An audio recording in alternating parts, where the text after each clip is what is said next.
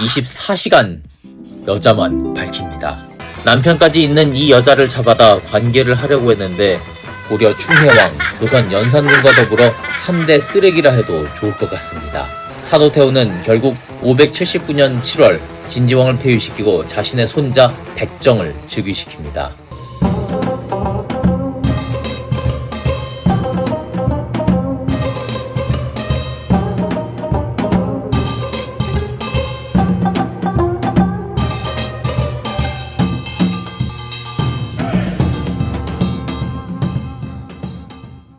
여러분 안녕하세요.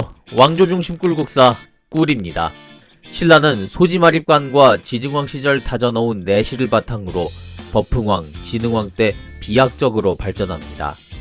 가야를 복속하고 백제를 제치고 한강 유역을 차지하는가 하면 북쪽으로도 영토를 넓혀 한반도 내 최대 영역을 확보하게 되죠. 하지만 이렇게 발전하다 보면 당연히 적이 늘어납니다. 한강 유역과 함께 임금까지 이른 백제는 이미 신라를 철천지 원수로 여기고 있었고 땅 일부를 잃은 고구려도 언제든 신라를 경계하며 공격할 준비를 하고 있죠. 게다가 중국에서도 대륙을 통일한 수나라가 한반도로 영향력을 뻗치기 시작하면서 삼국의 관계는 상당히 복잡해집니다. 진흥왕이 승하하고 짧은 진지왕 시대를 지나 진평왕이 재위하던 약 53년은 이러한 한반도 내 갈등이 표면화된 시기라 할 수 있습니다. 사방에 적을 둔 신라, 진평왕이 있던 반세기 동안 어떻게 난국을 뚫고 나가는지 함께 보도록 하겠습니다. 진평왕의 이름은 백정, 진흥왕의 손자고요. 아버지는 태자 동륜, 어머니는 만호부인이었습니다. 그리고 같은 어머니에게서 태어난 동생 국반이 있었습니다. 두 형제는 훗날 각각 선덕여왕 그리고 진덕여왕의 아버지로 역사에 남게 됩니다. 진평왕 당시 고구려에는 25대 평원왕이 재위 후반기를 맡고 있었고 백제에는 누구시죠? 위덕왕이 재위 중반기를 달리고 있었습니다. 그러다가 590년 고구려에서는 한반도와 중국 대륙을 향해 고구려의 위용을 자랑했던 영양왕이 즉위하고요. 588년에서 600년 사이엔 백제의 전변이 일어나 2년 사이에 왕이 셋이나 바뀌게 됩니다. 도표엔 없지만 614년엔 진평왕 재위 전반기 막강한 권력을 휘두르며 사실상 여왕이나 다름없었던 할머니 사도태우가 세상을 떠납니다. 진평왕 재위 절반이 넘는 기간 신라를 호령했던 여인이었습니다. 다시 4년 뒤 고구려는 또 한 번 왕이 바뀌어 형에 비해 비교적 온화한 영유왕이 즉위하고요. 이 무렵 중국에서는 통일제국을 세운 수나라가 40년도 채 못돼 멸망하고 당나라가 들어섭니다. 이때 동아시아 질서에 엄청난 변화가 일어납니다. 그렇게 복잡한 정세 속에 진평왕은 둘째 딸 덕만에게 왕위를 물려주고 632년 66세를 일기로 세상을 떠납니다. 사도태우는 시어머니 지소태우를 닮아 국정 운영에 상당한 포부를 갖고 있었습니다. 그래서 자기 세력을 키우는 건 물론 자기 말을 잘 들을 만한 허수아비 왕을 세워 자기 뜻을 펼치고자 했죠.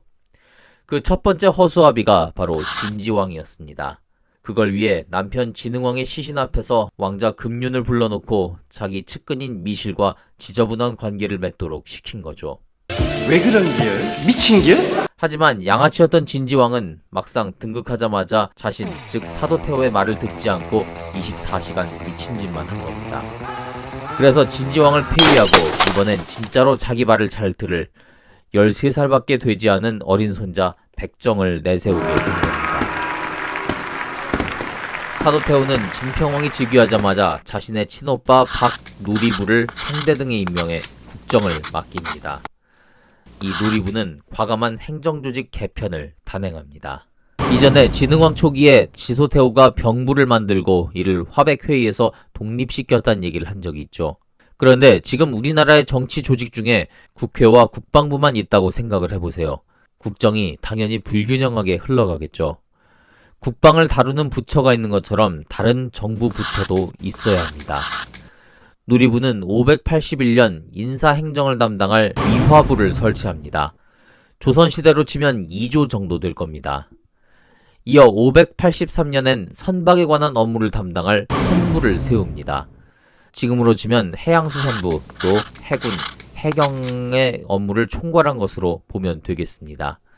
이듬해 조선시대 호조에 해당하는 조부를 설치해 납세와 부역에 관한 업무를 담당합니다. 또 지금의 국토교통부에 해당할 승부를 만들어 수레에 관한 일을 하죠. 아마 수레라고 했지만 전체적으로 국가 교통에 관한 전반적인 업무를 담당하지 않았을까 싶습니다. 587년엔 조선시대 예조에 해당할 교육과 의례, 외교를 관장할 예부를 설치합니다. 이렇게 해서 6부를 완성합니다.